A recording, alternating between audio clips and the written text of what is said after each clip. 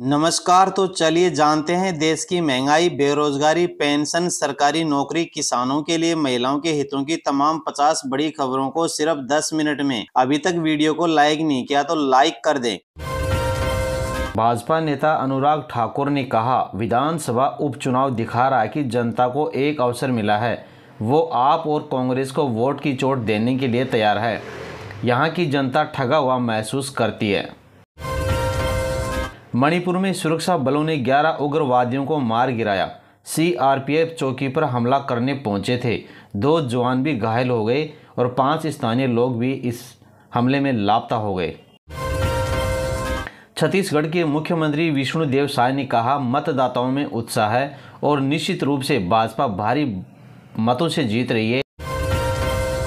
कांग्रेस अध्यक्ष मल्लिकार्जुन खड़गे के बयान पर बीजेपी नेता मुख्तार अब्बास नकवी ने कहा, खड़गे जी बहुत वरिष्ठ नेता हैं और कांग्रेस अध्यक्ष हैं। उन्हें योगी आदित्यनाथ के कपड़ों या भगवा कपड़ों की चिंता करने की बजाय अपनी पार्टी में चल रहे समोसे के संग्राम और जलेबी का व्यवधान को ठीक कर लेना चाहिए।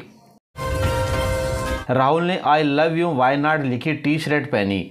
बोले, वायनाड ने इतना स्नेह दिया कि मैंने राजनीति में प्यार शब्द का इस्तेमाल शुरू कर दिया है। कांग्रेस नेता राहुल गांधी ने सोमवार को केरल के वायनाड में अपनी बहन प्रियंका के लिए चुनावी रैली की। इस दौरान वे अपनी ट्रेडमार्क सफ़ेद टी शर्ट में नजर आई, जिसके पीछे आई लव यू वायनाड लिखा था। प्रियंका के साथ रैली करते हुए उन्होंने वायनाड के लोगों को यह टी शर्ट दिखाई।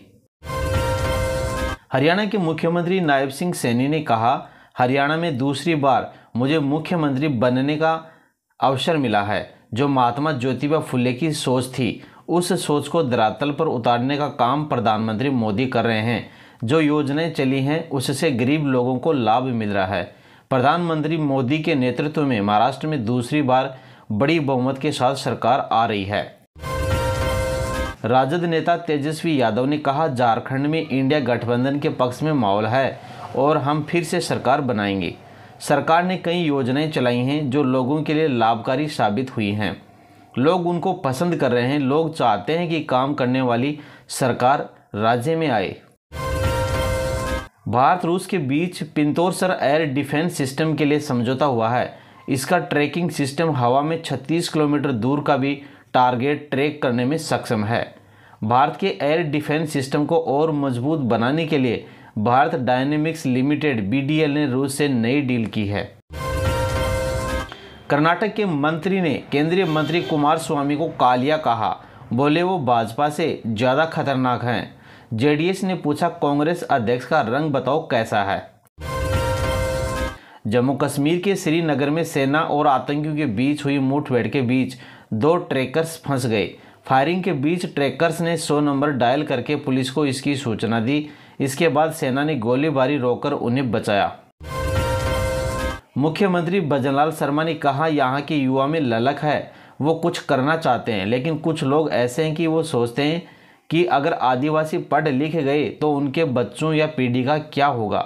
वे चाहते हैं कि वो सरकारी कर्मचारी हैं तो उनके बच्चे भी बने, इसलिए युवा को वे शिक्षा से वंचित करना चाहते हैं।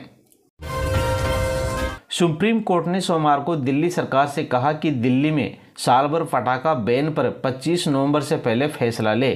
दिल्ली सरकार के वकील ने कोर्ट के सामने कहा था कि हम पटाखा बैन पूरे साल लागू करने का फैसला सभी संबंधित विभागों से सलाह के बाद लेंगे।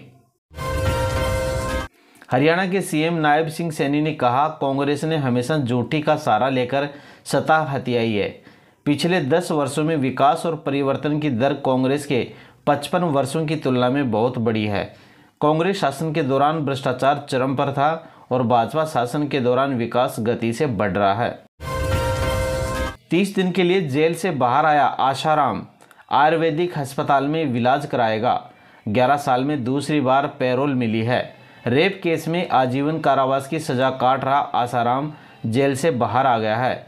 जोधपुर हाईकोर्ट ने 7 नवंबर को आसाराम को इलाज के लिए 30 दिन की पैरोल दी थी। वह जोधपुर के भगत की कोठी स्थित निजी आयुर्वेदिक अस्पताल में अपना इलाज करवाएगा। उसे रविवार रात एम्बुलेंस के जरिए लाया गया और अस्पताल में भर्ती करवाया। इस दौरान आसाराम को देखने के लिए अस्पताल के बाहर उनके समर्थकों की भारी भीड़ जुट गई। प्रधानमंत्री नरेंद्र मोदी सोमवार को स्वामी नारायण मंदिर के 200वें वर्षगांठ कार्यक्रम में वर्चुअली शामिल हुए। उन्होंने कहा कि कुछ लोग समाज को जाति, धर्म, भाषा, स्त्री, पुरुष, गांव, शहर में बांटने की कोशिश कर रहे हैं। हमें मिलकर उन्हें रोकना होगा। उत्तर प्रदेश के मुख्यमंत्री योगी आदित्यनाथ ने कहा, आज झारखंड में रोटी, बेटी और माटी का एक बड़ा संकट खड़ा हो गया है। एक और भारत प्रधानमंत्री मोदी के नेतृत्व में एक भारत श्रेष्ठ भारत बनाने की ओर अग्रसर है, वहीं दूसरी ओर विकास और सुशासन झारखंड के बॉर्डर में आकर अटक कर रह जाता है। संजीव खन्ना देश के 51वें चीफ जस्टिस बने। 6 महीने का इनका कार्यकाल है। इस दौरान मैरिटल रेप समेत 5 बड़े मामलों की सुनवाई करेंगे। जस्टिस संजीव खन्ना देश के 51वें चीफ जस्टिस बन गए हैं। सोमवार को राष्ट्रपति भवन में राष्ट्रपति द्रौपदी मुर्मू ने उन्हें शपथ दिलाई।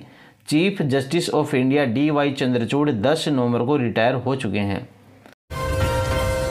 गुजरात के वडोदरा जिले के कोयली इलाके में सोमवार को IOCL की रिफाइनरी में धमाका हुआ। इसके बाद आग लग गई। रिफाइनरी के स्टोरेज टैंक में आग लगी है। कई किलोमीटर तक दूर तक धुएं का गुबार देखा गया। हादसे में 2 लोगों के घायल होने की खबर है। आग पर काबू पाने के लिए करीब 10 दमकल गाड़ियां मौके पर पहुंच गई हैं।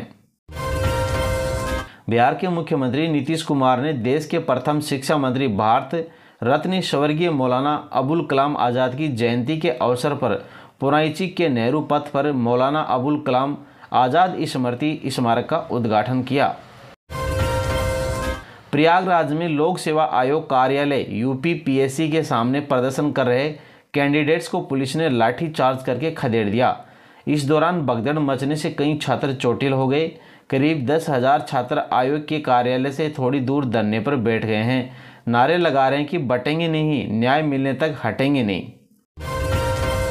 लोकसभा नेता प्रतिपक्ष और कांग्रेस सांसद राहुल गांधी ने कहा, वायनाड के लोगों ने मुझे इतना प्यार और स्नेह दिया है कि मेरी राजनीति बदल गई है। मुझे एहसास हुआ कि नफरत का मुकाबला करने का एकमात्र हथियार स्नेह और प्यार है। खड़गे बोले, बटेंगे तो कटेंगे, बोलना साधु का काम नहीं, ये कोई आतंकी बोल सकता है। कांग्रेस अध्यक्ष का UP CM योगी पर तंज। कांग्रेस अध्यक्ष मल्लिकार्जुन खड़गे ने सोमवार को मोदी के एक हैं तो सेफ हैं UP के CM योगी आदित्यनाथ के बटेंगे तो कटेंगे नारे की आलोचना की। उन्होंने कहा कि ये खुद काट रहे हैं और खुद बांट रहे हैं। वायनाड लोकसभा उपचुनाव के लिए कांग्रेस उम्मीदवार प्रियंका गांधी वाड्रा ने वायनाड के सुल्तान बाथरी में रोड शो किया। इस दौरान लोकसभा नेता और कांग्रेस सांसद राहुल गांधी भी मौजूद रहे। राष्ट्रपति द्रौपदी मुर्मू, प्रधानमंत्री नरेंद्र मोदी और अन्य गणमान्य लोगों की उपस्थिति में न्यायमूर्ति संजीव खन्ना ने राष्ट्रपति भवन में भारत के 51वें मुख्य न्यायाधीश के रूप में शपथ ली। पप्पू यादव बोले, मोदी की मेरे आगे औकात नहीं। PM के PA को कोरोना में मैंने दवा दी। बांट चुका हूं 9,000 बीघा जमीन। झारखंड के चक्रधरपुर में रविवार को पूर्णिया से निर्दलीय सांसद पप्पू यादव ने प्रधानमंत्री नरेंद्र मोदी को जमकर खरी खोटी सुनाई। उन्होंने कहा कि हमारे पास केंद्र सरकार से ज़्यादा पैसा है।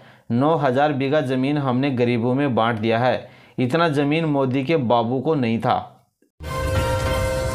हरियाणा में बेटे को घोड़ी पर बिठाकर स्कूल भेजा।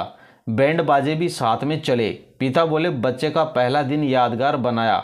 बच्चे के स्कूल का पहला दिन माता पिता के लिए बेहद खास होता है। दोस्तों, हरियाणा के बहादुरगढ़ के एक परिवार ने इसे यादगार बना दिया।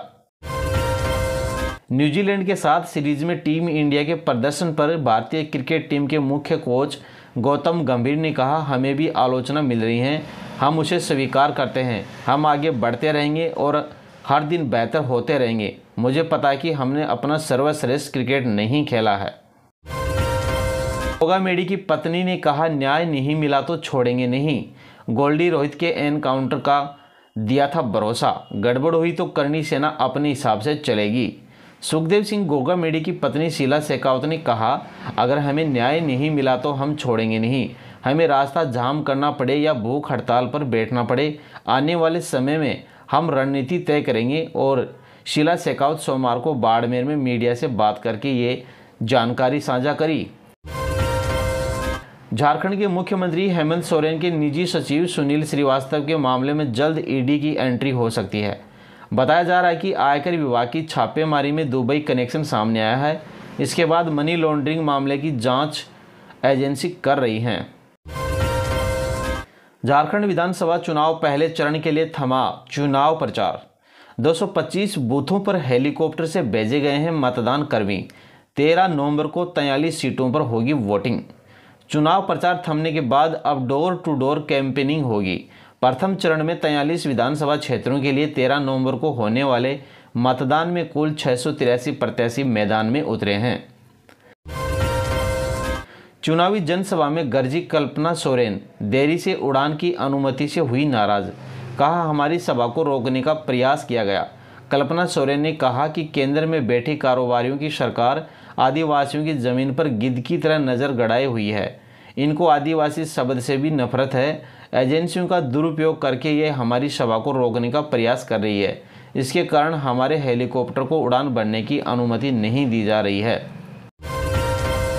और दोस्तों, अगली बड़ी खबर है। मेरठ के मवाना क्षेत्र में गुरुवार रात पुलिस की गोकसों से मुठभेड़ हो गई। मुठभेड़ में एक गोकस के पैर में गोली लगी है, जिससे वह घायल हो गया और पकड़ा गया। उसके 2 अन्य साथी भी पुलिस को कॉम्बिंग के बाद अरेस्ट किए। इनके नाम आकाश और गोपाल और आलोक हैं।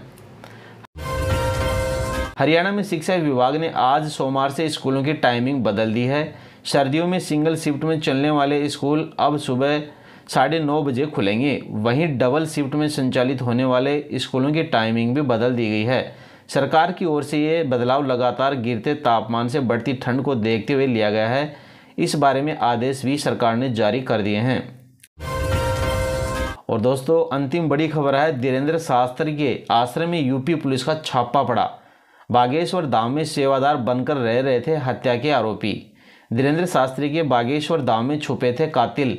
फोन चालू होने पर पुलिस को मिली लोकेशन। उत्तर प्रदेश के कानपुर में भाभी और देवर का अफेयर चल रहा था। जब इस बात की जानकारी महिला के पति को लगी तो दोनों के बीच खूब लड़ाई हुई। रास्ते का कांटा बन रहे पति को महिला और देवर ने मिलकर मौत के घाट उतार दिया। इस घटना के बाद देवर और भाभी पिछले 6 महीने से छतरपुर स्थित बागेश्वर धाम आश्रम में सेवादार बनकर छिपे हुए थे। तो दोस्तों, ये थे आज के मुख्य समाचार। और चैनल पर आप नए हैं तो चैनल को सब्सक्राइब जरूर कर लें, साथ ही वीडियो को लाइक करें। जय हिंद।